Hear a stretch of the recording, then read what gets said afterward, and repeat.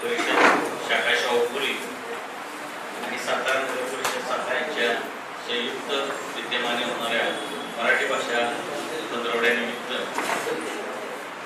आपले कार्यक्रम सुरू आहेत. आजचा हा 6वा कार्यक्रम आहे. तर्कतीर्थ लक्ष्मण शास्त्री जोशी यांच्या शतकोत्तर रौप्य महोत्सवी जयंतीनिमित्त आजचा कार्यक्रम आहे. या कार्यक्रमासाठी तर्कतीर्थांचे अभ्यासक, ज्येष्ठ साहित्यिक, आमचे मार्गदर्शक प्राचार्य सुनील कुमार लवटे उपस्थित आहेत. त्याचबरोबर शाखेचे अध्यक्ष नंदकुमार सावंत, शाखेचे मार्गदर्शक किशोर पेडक्याळ, समोर उपस्थित मान्यवर. तर्कतीर्थ हे आपल्या सातारा जिल्ह्याचे भूषण होते. यशवंतराव चव्हाणांची आज जयंती आहे आणि तर्कतीर्थांच्या वरचा कार्यक्रम हा सुद्धा योग आज जुळून आलेला आहे. तर्कतीर्थ हे यशवंतरावांच्या जीवनातील प्रमुख मार्गदर्शक होते. तर्कतीर्थांना राजकारणात आणण्याचा प्रचंड प्रयत्न यशवंतराव चव्हाण यांनी केलेला होता. क्रांतिसिंह नाना पाटील सातारा लोकसभा मतदारसंघातून निवडून आलेले होते आणि क्रांतिसिंह नाना पाटलांचा पराभव करण्यासाठी तर्कतीर्थांनी उभं राहावं असा प्रयत्न यशवंतराव चव्हाणांनी केलेला होता. तर्कतीर्थांनी यशवंतरावांना सांगितले की मी काही निवडणूक लढवणार नाही. त्यांनी फलटणच्या मालोजी राजांना तयार करण्याचा प्रयत्न केला. मालोजी राजे तयार झाले नाहीत आणि मग पुन्हा त्यांनी किसनवीरांना तर्कतीर्थांनी निवडणुकीत उभं केलं आणि किसनवीरांनी नाना पाटलांचा पराभव केला.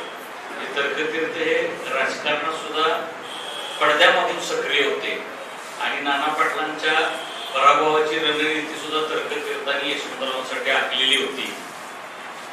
म्हणजे इतर क्षेत्रातलं त्यांचं महत्व हे आहेच, पण राजकीय क्षेत्रामध्ये सुद्धा यशवंतराव चव्हाणांना ज्या गोष्टी शक्य नव्हत्या त्याला अशक्य गोष्टी शक्य करून दाखवण्याचं काम तर्कतीर्थांनी केलेलं. ते वेदशास्त्री होते, संस्कृतचे गाडे अभ्यासक होते, बाकी अनेक गोष्टी आहेत. त्यांचे 18 खंड त्यांच्या जीवनावरचे सुनील कुमार लवटेंनी लिहिलेले आहेत. त्यामध्ये त्यांचा सगळा जीवन प्रवास, त्यांचं सगळं साहित्य त्या 18 खंडांमध्ये आहे. तर्कतीर्थांच्या 6व्या जयंतीनिमित्त किंवा 6व्या जयंतीच्या वर्षानिमित्त आपण सुनील कुमार लवटेंचं व्याख्यानाला प्राधान्य दिलं आहे. तेवढं म्हणून मी माझं प्रस्तावित थांबवतो. आजचे जे आपले प्रमुख वक्ते आहेत म्हणजे सुनील कुमार लवटे हे प्राचार्य होते. हिंदी आणि मराठी मध्ये त्यांनी विपुल असं लेखन केलेलं आहे. साहेबांनी आता सांगितलेलं आहे. त्यांची वेगळी ओळख करून द्यायची गरज नाही, पण एक अतिशय गाढा अभ्यासक आणि अनेकविध प्रकारे त्यांनी लेखन केलं. ते साधारण कुठलाही एक प्रकारचा समीक्षक असेल तर तो समीक्षकच असतो, परंतु सरांनी कथासंग्रह, भाषण संग्रह, काव्यसंग्रह, भाषांतर, संपादन, समीक्षात्मक लेखन असं विविध प्रकारचं लेखन त्यांनी केलेलं आहे. विविध कमिट्या, भारत सरकारच्या कमिट्या त्यांनी काम केलेलं आहे. विशेषतः त्यांनी अनाथ पालकांच्या साठी संगोपन आणि त्यांच्या संवर्धनासाठी जे काही भारत सरकारच्या कमिट्या आहेत त्याच्यावर काम केलेलं आहे. ते अतिशय उल्लेखनीय असं काम मला वाटतं सरांचं. आणि आता त्याच्यानंतर सगळ्यात बाजूला म्हणून आता हे जे त्यांना जे वाटते ते साहित्यामध्येच ते काम करतायत. तर्कतीर्थांच्यावर त्यांनी जसं लेखन केलं तसं वि. स. खांडेकरांचं जे साहित्य आहे त्याचे संपादन केलं. त्याचं संग्रहालय त्यांनी कोल्हापूरमध्ये केलेलं आहे. वेगळं एक काम त्यांनी केलेलं आहे. अतिशय उत्तुंग असं व्यक्तिमत्व सरांचं आहे. आणि त्याच्यापेक्षा मला त्यांचं भावलेली गोष्ट म्हणजे अतिशय साधेपण. म्हणजे आत्ताच खाली बोलताना सुद्धा मी ते सरांना लक्षात नव्हतं, पण आम्ही जेव्हा दिल्लीला गेलो होतो साहित्य संमेलनाला त्यावेळेला कुलकर्णी साहेब, मी, सुशांत मोरे आणि सर होते. ते सगळे आणखी एक जण होते, मला माहित नाही कोण. आम्ही गप्पावर उभं होतो आणि त्यांनी चहा सांगितला. घटना अतिशय साधी, पण मोठ्या माणसांच्या साध्या कृतीतनं त्यांचं मोठेपण लक्षात येतं. आणि आम्ही चहा घेतल्यानंतर जनरली ते सिनियर आहेत म्हणून आम्ही म्हणजे की सर द्या तो कागदाचा आम्ही टाकतो, पण तो टाकून दिला नाही म्हणजे ठीक आहे ठीक आहे ठीक आहे. अजिबात त्यांनी त्याला हात लावून घेतले. म्हणजे कसं आहे की छोट्या छोट्या गोष्टी असतात, पण आपण उगाच आपल्याला मोठेपण म्हणजे समजा मी असेल तर मलाही जरा बरं वाटतं बाबा अच्छा ठीक आहे छान, म्हणजे आपण कोणतरी सेवा करते आपल्याला मोठेपण देतोय. पण सरांचा साधेपणा इतका आहे की तो त्यांच्या कृतीतनं दिसतो आणि त्यांच्या बोलण्यातनं तो जाणवतो.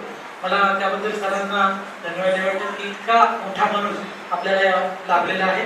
मी सरांना धन्यवाद देतो आणि सरांना विनंती करतो की त्यांनी आपल्याला मार्गदर्शन करावं. धन्यवाद. सातारा नगर परिषद सातारा महाराष्ट्र साहित्य परिषद शाखा शाहूपुरी यांच्या संयुक्त विद्यमाने आयोजित मराठी भाषा पंधरवड्याचे संयोजक माझे मित्र विनोद कुलकर्णी, या शाखेचे अध्यक्ष श्री सावंत, व्यासपीठावर उपस्थित ज्येष्ठ विचारवंत आदरणीय किशोर बेडकिया, सभागृहामध्ये पुस्तकप्रेमी समाजाचे श्रोत्री, लक्ष्मीचे चिटणीस माने, फडके, विनोद कुलकर्णी, अशी ओळखीची नावं मला जी आहेत तुमची ओळख असते तर तुमचंही नाव मी घेतलं असतं. म्हणजे असं काही फरक वगैरे मी केलेलं नाही, तो कृपया तुम्ही नोंद घ्यावा. आता सावंत असं म्हटले की एक उत्तुंग व्यक्तिमत्व तुमच्याकडे उभे आहे. या उंचीवरनं लक्षात घे की मी किती उत्तुंग आहे वगैरे. आणखी ते म्हटले की एक मोठा मनुष्य तुमच्या पुढे आणतो वगैरे. यातले शब्दांचे उच्चार तुम्ही जाणता असं मी समजतो. त्या पलीकडे त्या शब्दांना फारसा अर्थ नाही. मित्र हो, विनोद कुलकर्णी यांनी काही दिवसांपूर्वी म्हणजे बहुधा या पंधरवड्याचं नियोजन त्या बैठकीत झालं. त्या बैठकीतूनच त्यांनी मला निमंत्रण दिल्याचं आजूबाजूच्या गोंधळ आणि चर्चेवर माझ्या लक्षात आलेली गोष्ट आहे. त्या निमंत्रणानंतर ते लक्षात ठेवून मी आज तुमच्या पुढे उपस्थित. ते जेव्हा निमंत्रण त्यांनी दिलं तेव्हा आमचं असं ठरलं होतं की मी तर्कतीर्थांच्या शतकोत्तर रौप्य महोत्सव जयंती वर्षानिमित्त त्यांच्याबद्दल बोला. पण आता विनोद कुलकर्णी यांनी मला जी आठवण करून दिली की आज माननीय यशवंतराव चव्हाण यांचा 112वा जयंती दिन पण आहे. आणि मग माझ्या मनात असं आलं की तर्कतीर्थ आणि यशवंतराव यांचे काय अनुबंध होते त्याबद्दल तुम्हाला सांगा. आपण साताऱ्यात भाषणच करतो, मी भाषण करत आणि तुम्ही ऐकत. सातारा जिल्ह्याने महाराष्ट्राला 2 महापुरुष दिले. त्यातला एक होता संस्कृती पुरुष, ते म्हणजे तर्कतीर्थ लक्ष्मी शास्त्री जोशी, आणि दुसरे होते राजपुरुष म्हणजे यशवंतराव चव्हाण. या दोघांचे काय अनुबंध होते असं जर तुम्ही मला विचाराल, अगदी सरळ थेट सांगायचं झालं तर यशवंतराव चव्हाण स्वातंत्र्य चळवळीत आले नसते तर ते राजकारणात पण आले नसते. यशवंतराव चव्हाण स्वातंत्र्य चळवळीत आले नसते तर ते राजकारणात पण सक्रिय झाले नसते. त्यांची राजकारणाची जी वाट आहे ती स्वातंत्र्य लढ्यातील चळवळीतून निर्माण झालेली वाट आहे.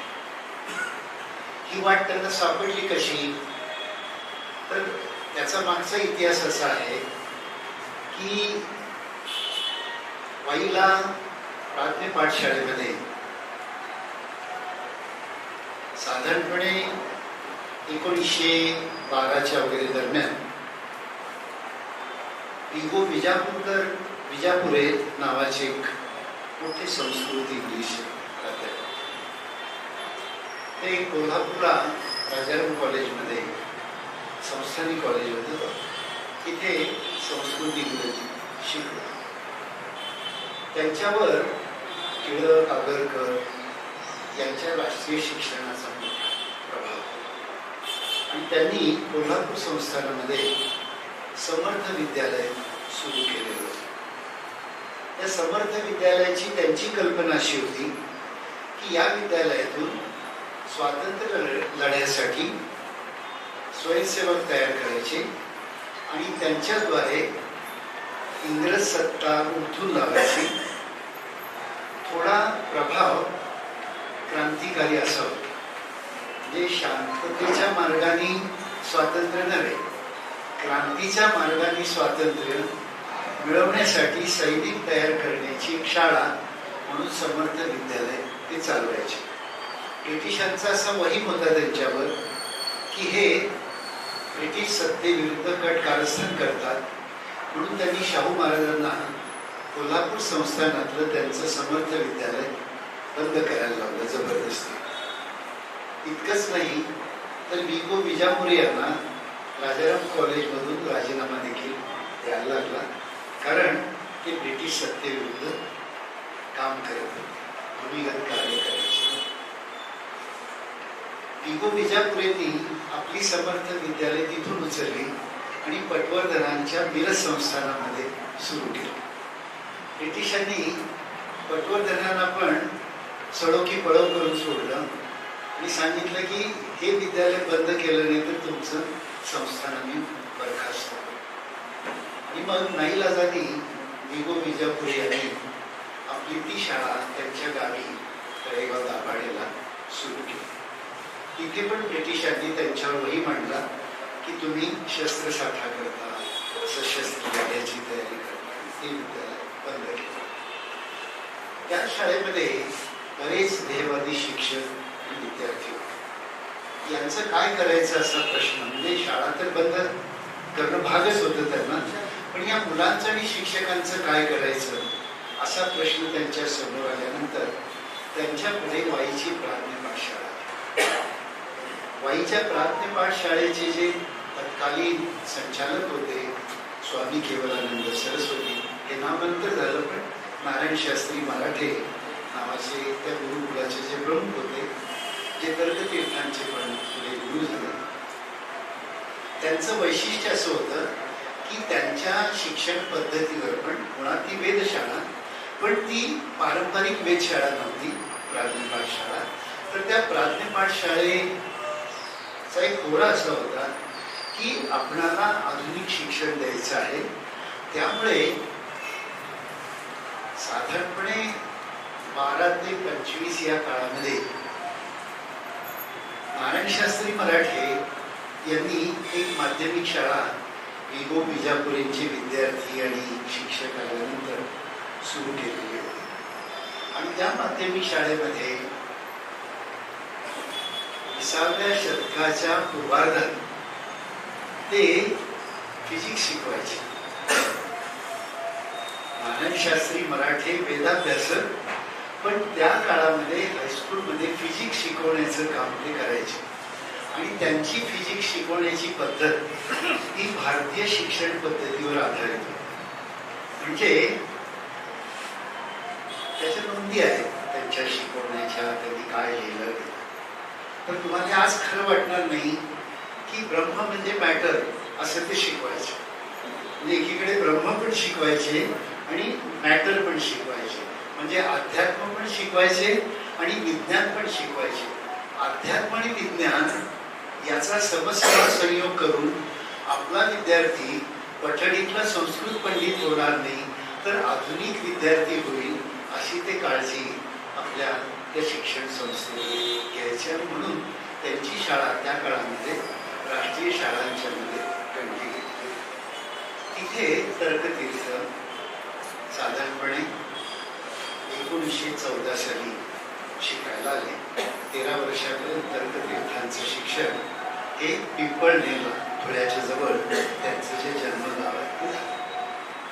त्यांचे वडील जोशपणाचा व्यवसाय करायचे, भिक्षुकी, मूर्त काढून देणे, पंचांग बनवणे, कुंडली तयार करून देणे, त्याला जोशपणाचा व्यवसाय ते करायचे. त्यांना असं वाटायचं की आपल्या मुलांनी संस्कृत पंडित व्हावं, म्हणून ते असं शोधत होते की चांगली संस्कृत शाळा कुठे आहे.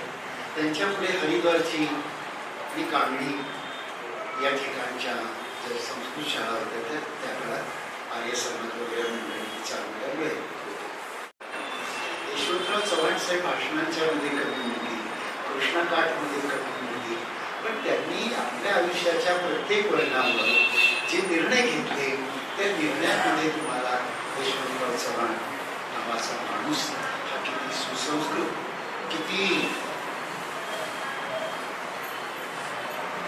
त्यांची एक टीव्ही त्यांची होती एवढं विसर की मला मी म्युझियम करताना त्यांना इतकं बारीक मी वाचलेलं आहे यशवंतराव चव्हाण साहेबांना. माझी स्वतःची अशी धारणा आणि आता तर्कतीर्थ वाचत असताना पण मला ते जास्त लक्षात येतं की हा माणूस कसा होता. जेव्हा महाराष्ट्र स्वतंत्र होतो तेव्हा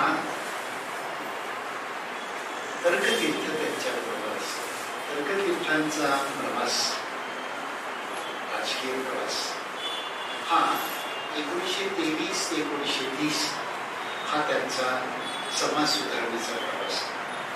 1930 ते 1935 साधारणपणे ते अशा डायलेमामध्ये आहे की धर्मसुधारणेतच आपलं आयुष्य वाहून घ्यायचं का राजकारणाकडे वळायचं.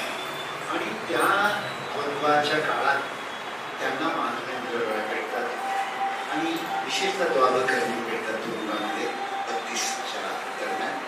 द्वाभकर्णी वसंतराव पंडित त्यांना मार्क्सवादामुळे त्यांची अशी धारणा होते की स्वातंत्र्य मिळेल तर बंदुकीनेच मिळेल, बॅलटने मिळणार नाही, अशा धारणेने ते मार्क्सवाद वाचतात आणि अभ्यास करतात. तुरुंगातून सुटून आल्यानंतर त्यांचा कल हा पूर्वी जो काँग्रेस, राष्ट्रीय काँग्रेसकडे होता तो मार्क्सवादाकडे गेला असेल. हे राज्य मराठीचे, हे मराठ्यांचे, हे स्वतंत्र झालेलं राज्य मराठीचं असणार आहे का मराठ्यांचं असणार आहे. यशवंतराव चव्हाण साहेब त्यांचा प्रश्न पूर्ण होण्याच्या आधी बोलायला ओळखतात आणि सांगतात हे काय विचारायला पाहिजे, हे काय विचारायला पाहिजे, हे राज्य आणि मराठीचेच असणार. आणि पुढे ते असं सांगतात, मी जेव्हा माझ्या स्वप्नात महाराष्ट्र निर्मितीचं स्वप्न पाहतो तेव्हा महाराष्ट्राच्या मुख्यमंत्र्याच्या खुर्चीवर, त्यांचा शब्द आहे सिंहासन, सिंहासनावर माणूस बसलेला नसून मराठी भाषा बसलेली आहे अशी स्वप्न मला पडतात. अशी काही तुम्हाला का पडत नाही असं ते प्रतिप्रश्न मालुसरेकरांना विचारतात. आणि पुढे या प्रश्नाचं उत्तर संध्याकाळी दिलं जातं. यशवंतराव चव्हाण साहेबांच्या मंत्रिमंडळात सर्व जाती धर्माची तुम्हाला पहिल्या मंत्रिमंडळाची यादी वाचल्यानंतर या मी छोट्या छोट्या घटना तुम्हाला अशासाठी मित्रांनो सांगतो की तर्कतीर्थ आणि यशवंतराव चव्हाण असे अनुबंध समजून घ्यायचे असतील तर एक वेदपंडित तर्कतीर्थ वाईमध्ये प्राथमिक पाठशाळेमध्ये एकलव्य नावाचं हरिजन विद्यार्थ्यांचं वसतिगृह सुरू करतो. समजून विनोबा त्या दरम्यान प्राथमिक पाठशाळेमध्ये शांकर भाष्य शिकायला आणि नारायण शास्त्री मराठ्यांच्याकडे जातात आणि त्यांना असं विचारतात की मी तुमच्याकडे वेद शिकू इच्छितो, पण त्यापूर्वी मला तुम्हाला एक प्रश्न विचारायचा आहे. तुम्ही एखादा हरिजन विद्यार्थी आला तर त्याला वेद शिकवाल का? तर म्हटले ऑलरेडी प्राथमिक पाठशाळेमध्ये अशी मुलं वेद शिकत आहेत. तुम्ही प्राथमिक पाठशाळेची योग्य माहिती घेऊन आलेलं नाही. आपली रोज प्रार्थना सभा, प्रार्थना काय, या देशाच्या संरक्षणाची जबाबदारी आपल्यावर असल्यामुळे ती आपण निष्ठेने पार करू आणि ते रोज आपल्या तिन्ही दलाचं प्लॅनिंग करायची आणि नियोजन करायचे. त्या प्रार्थना सभेमध्ये पहिला निर्णय असा घेण्यात आला की भारत हा गरीब देश असल्यामुळे असं ओव्हर द नाईट संरक्षण खात्याची तरतूद वाढेल अशा भ्रमात आपण राहत नाही. आपण जनतेला आवाहन करावं की या देशाच्या संरक्षणासाठी जनतेने संरक्षण निधीला मदत करावी. यशवंतराव चव्हाण हे भारतातले पहिले संरक्षण मंत्री की ज्यांनी जनाश्रयातून देशाच्या संरक्षणाचा निधी उभारला. तुम्ही त्यावेळची जर वर्णन वाचली तर लोक चादरी घेऊन गल्ली गल्लीतून वाड्यापाड्यातून फिरायचे संरक्षण निधीला मदत करा, संरक्षण निधीला मदत करा. आणि लोक एका पैशापासून आपल्या खिशात असतील तेवढे पैसे संरक्षण निधीला पाठवायचे आणि लोकही प्रामाणिकपणे ते संरक्षण निधीला भरायचे. सागरीतला पैसा कोणाच्या खिशात कधी गेला नाही मित्र, आपण केव्हा तरी समजून घेतलं. आपले मंत्री कशावर राजीनामे देतात आपण केव्हा विचार करणार नाही. आपली पूर्वसुरी परंपरा राजकारणाची काय पण केव्हा तरी विचार करणार. मित्रांनो, या दोघा संस्कृती पुरुषांवर विचार करत असताना केवळ त्यांच्या चरित्राची उजळणी करू नये तर त्यांच्या चरित्राचं अनुकरण करावं असा आवाहन